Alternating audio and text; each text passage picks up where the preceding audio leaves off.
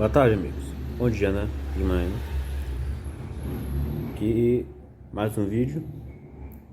Hoje eu vou falar sobre essa questão que surgiu ontem das duas dúbias, né? Que uns 5 cardeais fizeram para o Papa Francisco e falar sobre as respostas dele. Por que eu estou fazendo esse vídeo? Porque, olha, por mais que não seja interessante ficar dando ideia pro povo, né? Por mais que no Brasil não seja interessante ficar falando dessas coisas, porque o povo é louco, eu gosto muito de falar merda.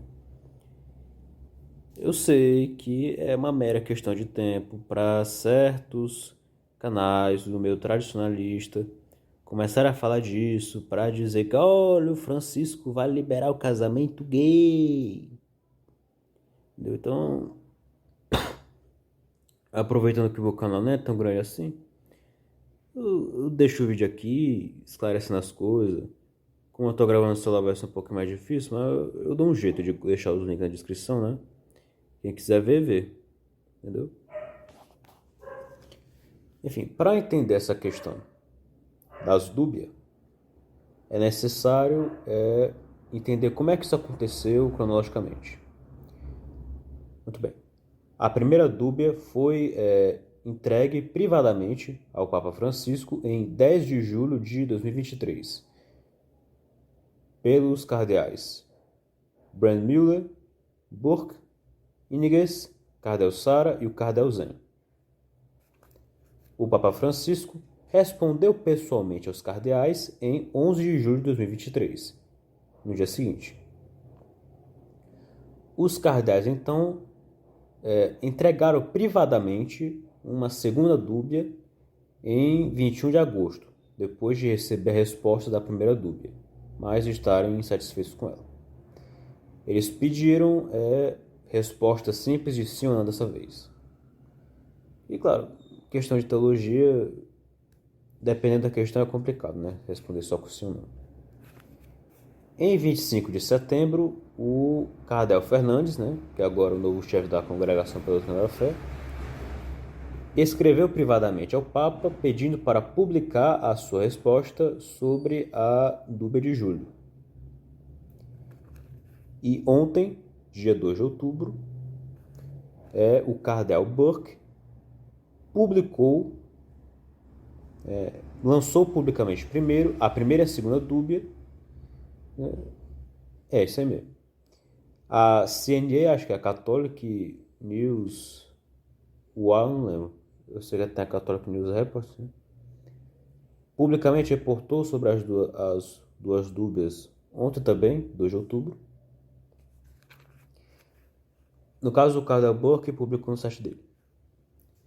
E ele postou só as dúvidas, né? Ele não postou as respostas do Papa Francisco. No máximo, ele preferiu dar um resumo, muito resumido, das respostas dele, as questões da primeira dúvida.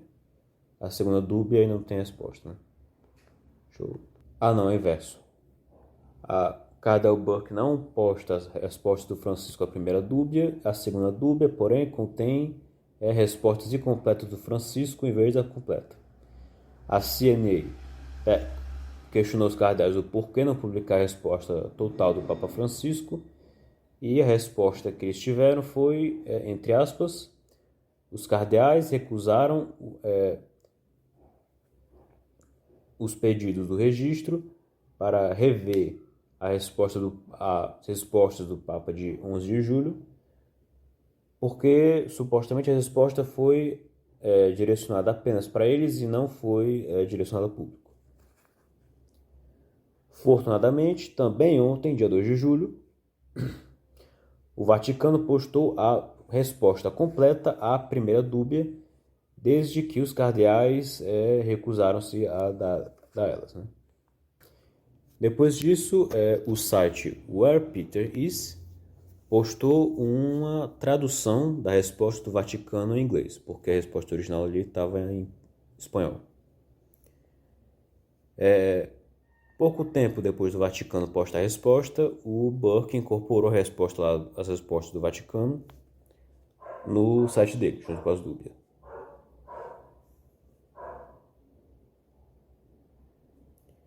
Aí agora eu vou ler as questões e a resposta do Francisco. Então esse vídeo aqui vai ser um pouco longo mesmo. Pronto, aqui. Prefácio do Francisco à sua resposta à dúvida de Júlio. Caros irmãos, enquanto nem sempre acho prudente responder as questões feitas diretamente a mim seria impossível responder a todas elas, nesse caso eu achei apropriado fazê-lo por causa da proximidade do sínodo. O sínodo vai ser amanhã, se não me engano. Questão 1. Dubium sobre a claim, né? Claim, acho que é afirmação. Dubium sobre a afirmação que nós deveríamos reinterpretar a revelação divina de acordo com as mudanças antropológicas e culturais em voga. Depois das afirmações de alguns bispos que não foram nem corrigidas nem retratadas, é perguntado se a revelação divina da Igreja deveria ser interpretada de acordo com as mudanças culturais do nosso tempo e de acordo com a nova visão antropológica que essas mudanças promovem. Ou se a revelação divina binding, no caso, se ela é obrigatória, né, para sempre, o binding, no caso, é de ligar, né? Se ela é obrigatória, para sempre, imutável e, portanto, não deve ser contradita, de acordo com o dito do Concílio Vaticano II, que ao Deus que revela é devida a obediência de fé, que o que é revelado para a salvação de todos deve permanecer em sua integridade ao longo das eras, e vivo e ser transmitido a todas as gerações, e que o progresso do entendimento não implica em nenhuma mudança na verdade das coisas e nas palavras, porque a fé foi entregue de uma vez por todas. E o magistério não é superior à palavra de Deus, mas ensina apenas o que recebeu. Caso os cardeais disseram que o Papa respondeu à primeira dúvida, dizendo que a Igreja pode... A Igreja pode aprofundar o seu entendimento do depósito da fé, o que eles concordam, mas que a resposta não capturou a preocupação. A resposta completa, né, do Francisco, deixa eu ver aqui, é dividida em várias partes. Começando, né? A resposta depende do significado que você dá para a palavra reinterpretar. Se é entendido como interpretar melhor, a expressão é válida. Nesse sentido, o Concílio Vaticano II afirma que é necessário que, com o trabalho dos exegetas, e eu iria adicionar os teólogos, o julgamento da Igreja deve amadurecer, né? Portanto, enquanto é verdade que a revelação divina é imutável e always bind, né, sempre obriga os fiéis a aceitá-la, a Igreja deve ser humilde e reconhecer que ela nunca exausta toda a riqueza e necessidade de crescimento de sua compreensão. Consequentemente, ela também amadurece no seu entendimento do que ela mesma afirmou em seu magistério. Mudanças culturais e novos desafios da história não modificam a revelação, mas eles podem nos estimular a fazer mais explícitos alguns aspectos de toda a sua riqueza, que sempre oferece mais. É inevitável que isso possa lhe dar para uma expressão melhor de afirmações passadas do magistério. E, de fato, esse foi o caso ao longo da história. Em outra mão, é verdade que o magistério não é superior à palavra de Deus, mas é também verdade que ambos os textos da Escritura e os testemunhos da tradição precisam de uma interpretação que faça possível distinguir entre a sua substância perennial de condicionamento cultural. É evidente, por exemplo, que os textos bíblicos, como Êxodo capítulo 21, né, E em certas intervenções magisteriais que toleraram a escravidão, como por exemplo a de diversas, isso não é um problema menor, dado a conexão íntima com a verdade perennial da dignidade inalienável da pessoa humana. Esses textos estão em necessidade de interpretação. O mesmo é verdade para algumas considerações do Novo Testamento sobre mulheres, e para outros textos da Escritura e testemunhos da tradição que hoje não podem ser repetidos materialmente. E é importante enfatizar que o que não pode mudar é o que foi revelado para a salvação de todos. Por essa razão, a Igreja deve constantemente discernir entre o que é essencial para a salvação e o que é secundário ou menos diretamente conectado a esse objetivo. A respeito disso, eu gostaria de relembrar o que São Tomás de Aquino disse. A citação teológica quanto mais alguém descende para os particulares, mais a indeterminância aumenta. E, finalmente, uma única formulação da verdade não pode nunca ser adequadamente entendida se ela é apresentada em isolação, isolada do contexto rico e harmonioso do todo da revelação. A hierarquia das verdades também implica em situar cada uma delas em conexão adequada com as verdades mais centrais e com a totalidade do ensino da Igreja. Isso pode finalmente dar origem a maneiras diferentes de expor a mesma doutrina, mesmo se, para aqueles que estão satisfeitos com a doutrina monolítica defendida por todos sem nuance, isso pode parecer uma dispersão imperfeita. Mas a realidade é que essa variedade ajuda a manifestar melhor e desenvolver os vários aspectos da riqueza inexaustível do Evangelho. Cada linha teológica tem os seus riscos, mas também suas oportunidades. Essa foi a primeira questão, pergunta e resposta. Indo agora para a segunda questão, dúbiam sobre a afirmação que a prática widespread, a prática... Na tradução disso? A prática comum, de abençoar uniões do mesmo sexo estaria de acordo com a revelação e com o magistério. De acordo com a revelação divina, confirmada na Sagrada Escritura, que a Igreja, sob o divino comando e ajuda do Espírito Santo, escuta-o devotamente, guarda com dedicação e expõe fielmente. No começo, Deus criou o homem à sua própria imagem, homem e mulher, ele os criou e os abençoou, para que eles possam ser frutíferos. Enquanto o apóstolo Paulo ensina que negar a diferença sexual é a consequência da negação do Criador. É perguntado, pode a Igreja se separar, se afastar desse princípio, considerando contrário ao que a Veritatis Splendor 103 ensinou como um mero ideal e aceitando como um bem possível situações objetivamente pecaminosas como uniões do mesmo sexo, sem trair doutrina revelada. Vamos agora para essa foi a questão 2, Segunda questão.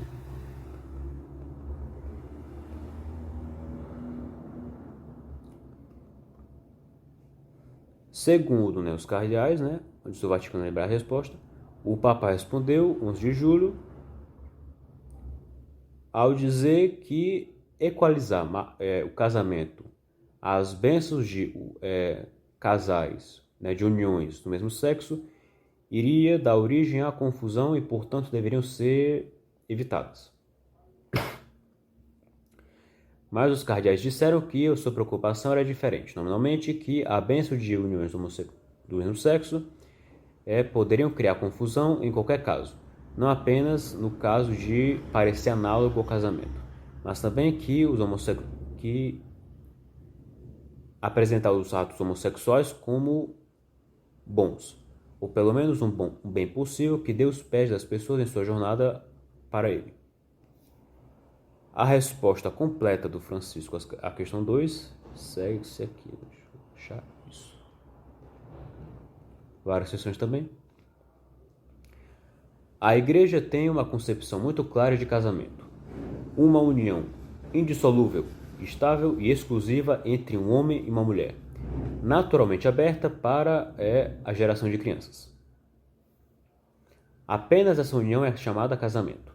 Outras formas de união são realizadas apenas de um jeito análogo e parcial, o que é porque eles não podem ser estritamente chamados casamento. Não é uma mera questão de nomes, mas a realidade que nós podemos chamar casamento, o matrimônio, tem uma constituição única, essencial, que demanda um nome exclusivo, não aplicável a outras realidades. É indubitavelmente muito mais do que um mero ideal. Deixa eu ver qual horário aqui. 10 horas. Por essa razão, a Igreja evita qualquer tipo de rito ou sacramental que possa contradizer essa convicção e dá a impressão de que algo que não é casamento é reconhecido como casamento.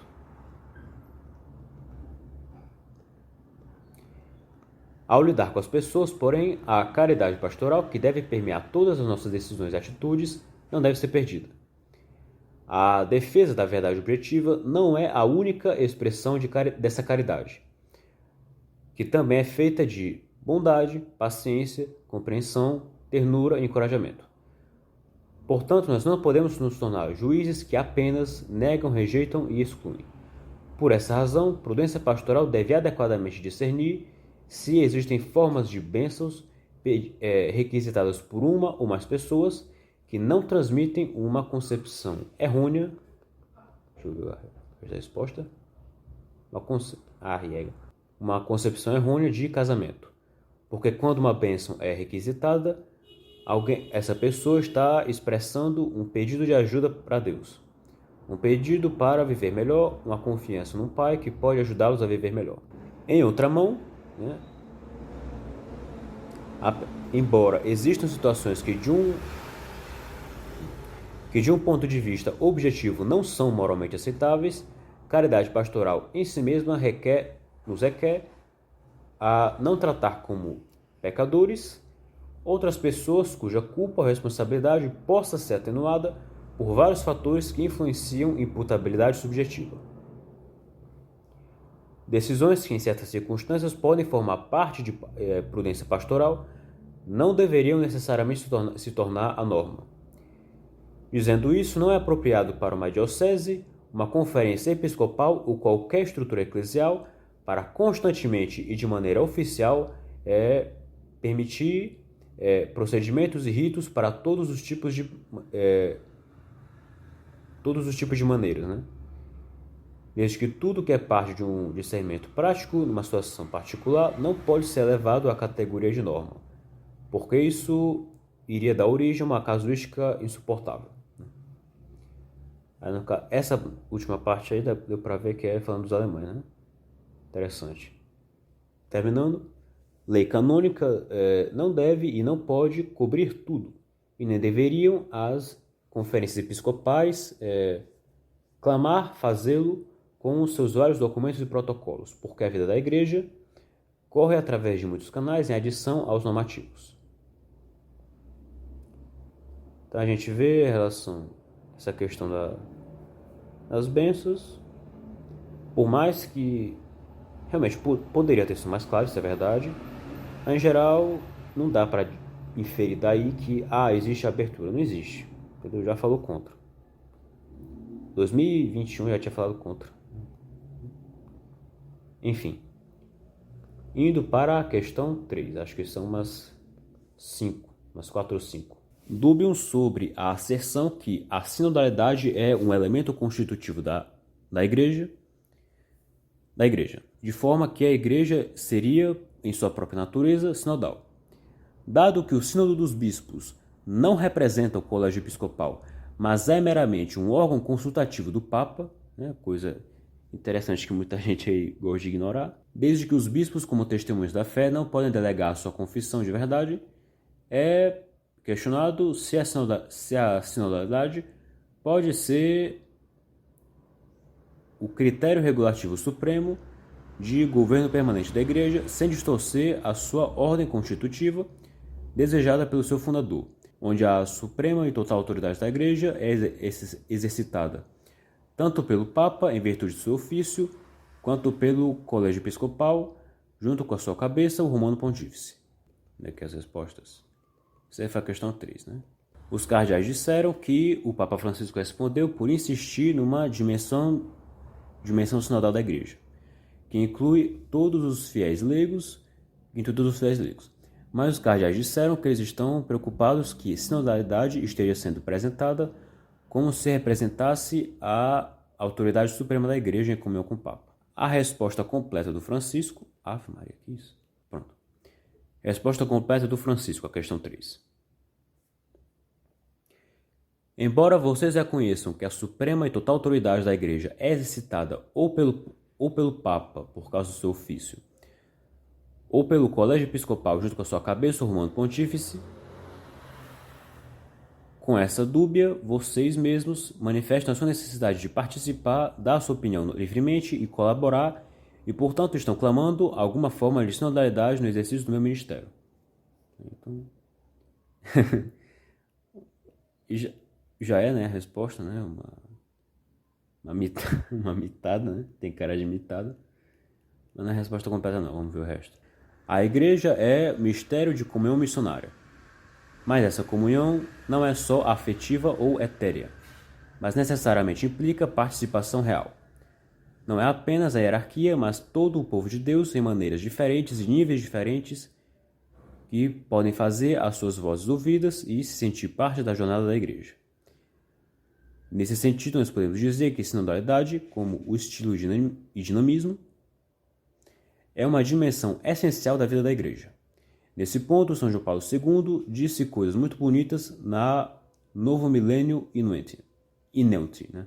É outra coisa sacralizar ou impor uma metodologia sinodal particular que agrada apenas um grupo e fazê-la a norma e canal obrigatório para todos, porque isso iria apenas levar ao congelamento da jornada sinodal, ignorando as diversas características de diferentes igrejas particulares e a riqueza variada da Igreja Universal. Então, vamos para a questão 4. Né? Questão 4. Dúbiam sobre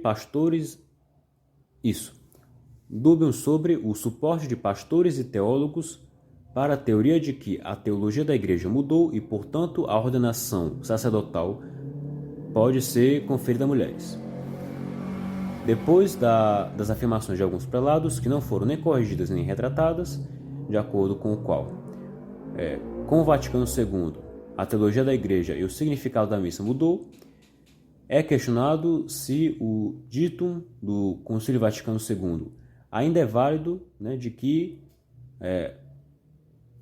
o sacerdócio comum dos fiéis e o sacerdócio ministerial ou hierárquico diferem essencialmente e não apenas em grau, e que presbíteros, por virtude do poder sagrado da ordem, que é o de oferecer o sacrifício pelos pecados, agem no nome e na pessoa de Jesus o mediador, através do qual o sacrifício espiritual dos fiéis é feito perfeito. É ainda mais, né, questionado se o ensinamento de João Paulo II, da Carta de São João Paulo II, né, Ordinatio Sacerdotalis, que ensina como uma verdade que deve ser definitivamente sustentada.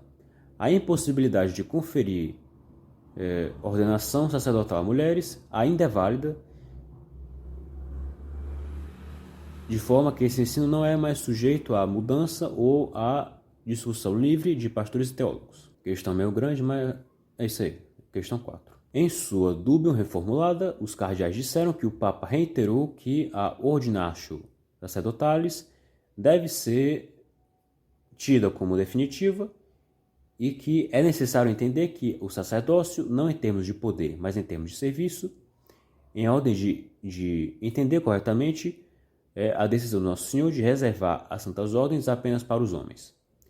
Mas eles tiveram um problema com a resposta dele, que disse que a questão pode ainda ser explorada mais profundamente. Indo para a resposta completa do Papa, resposta do Papa, questão 4. O sacerdócio comum dos fiéis e o sacerdócio ministerial diferem essencialmente. Não é conveniente manter uma diferença de grau que implica considerar o sacerdócio comum dos fiéis como algo de segunda categoria ou de menor valor. Ambas as formas de sacerdócio iluminam e sustentam uns aos outros. Quando São João Paulo II ensinou que a impossibilidade de conferir ordenação sacerdotal às mulheres deve ser afirmada definitivamente, ele estava de forma alguma disparaging, desrespeitando as mulheres e dando poder supremo aos homens. São João Paulo II também afirmou outras coisas. Por exemplo, que quando nós falamos de poder sacerdotal, nós estamos no reino da função, não na dignidade ou da santidade. Essas são palavras que nós não temos abraçado o suficiente. Ele também claramente manteve que enquanto o sacerdote apenas preside a Eucaristia, esses deveres não dão margem para a superioridade de um sobre o outro. Ele também afirmou que se a função sacerdotal é hierárquica, ela não deveria ser entendida como uma forma de dominação, mas é totalmente ordenada para a santidade dos membros da Igreja. Se isso não é entendido e as consequências práticas dessas distinções não são not drawn, elas não são, não consigo traduzir, e as consequências práticas dessas distinções não são consideradas, vai ser difícil aceitar que o sacerdócio é reservado apenas para os homens. E nós não seremos capazes de reconhecer os direitos das mulheres ou a necessidade delas de participar de várias formas da liderança na igreja. Em outra mão, para ser rigoroso, permita-nos reconhecer que uma doutrina clara e autoritativa sobre a natureza... Ave Maria, esse avião...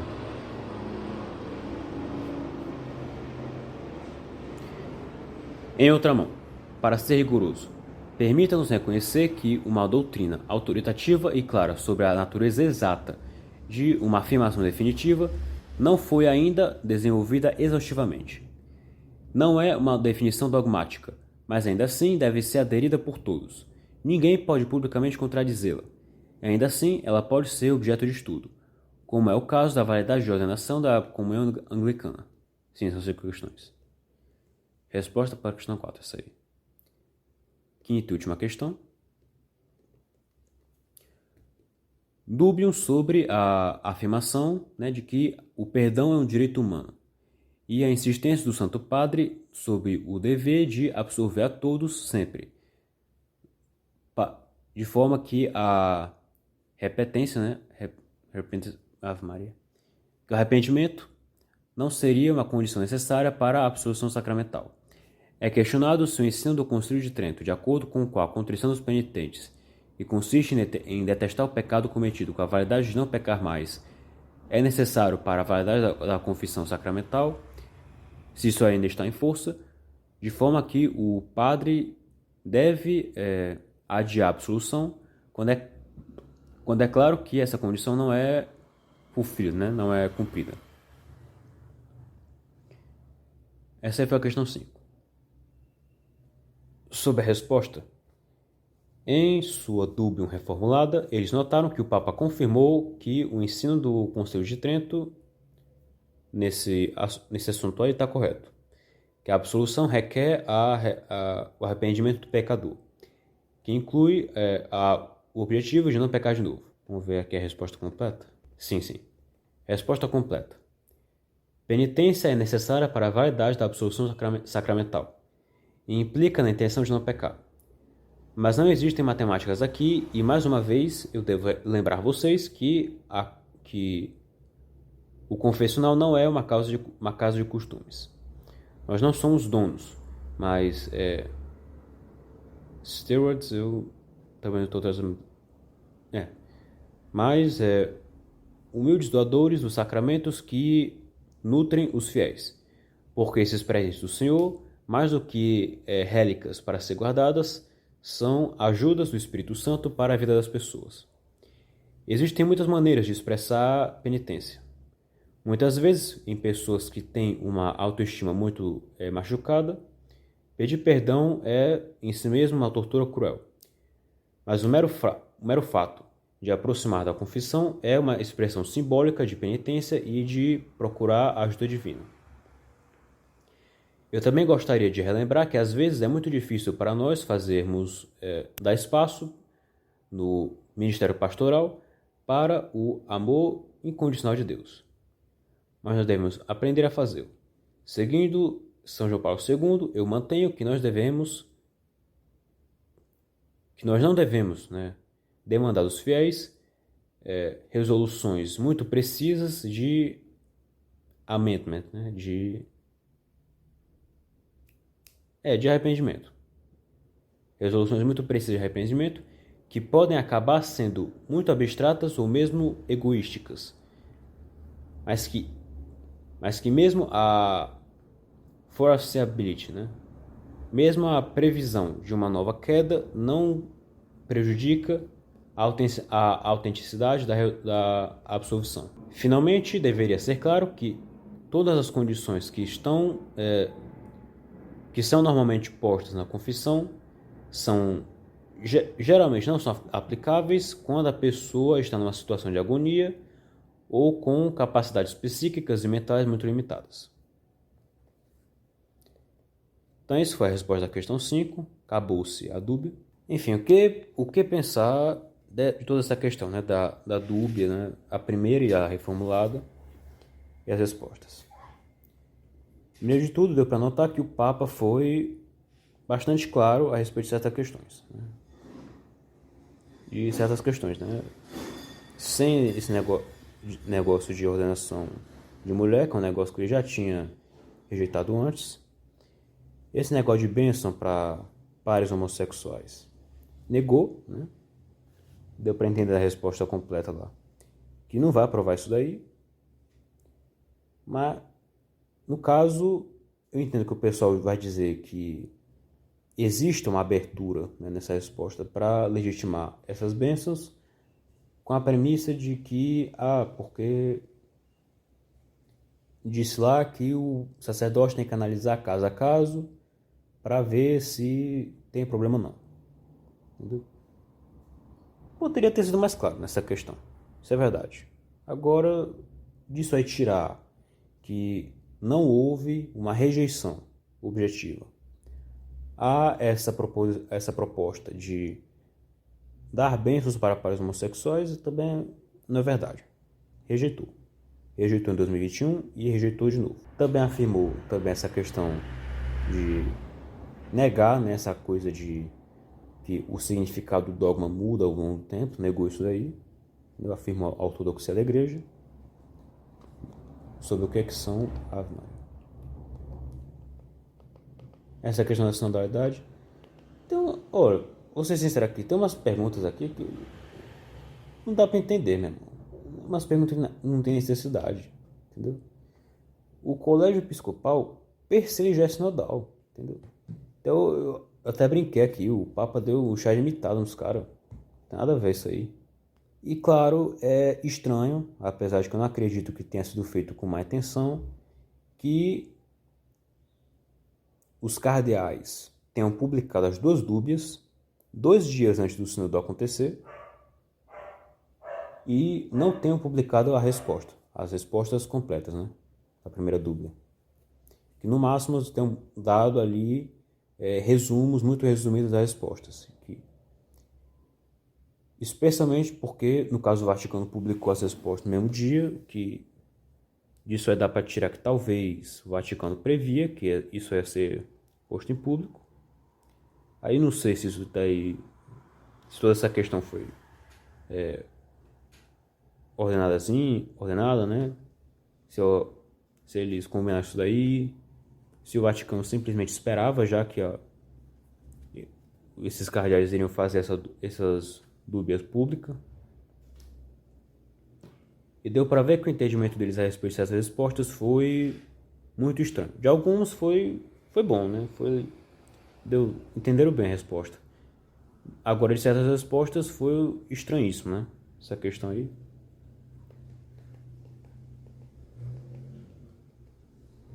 Dessa primeira, segunda. Essas duas últimas entenderam bem. Terceira, é. Enfim, é uma situação estranha, entendeu? Na prática, só tá servindo para causar polêmica à toa. Mas pelo menos você viu, né, que tá aí. Clarificação. Francisco não quer ordenar mulher, não quer abençoar para homossexual, não quer mudar o dogma, não quer fazer do sínodo um super concílio. Tá aí. Tá aí a clarificação. Entendeu? É isso aí, pessoal. Até a próxima. Deus abençoe.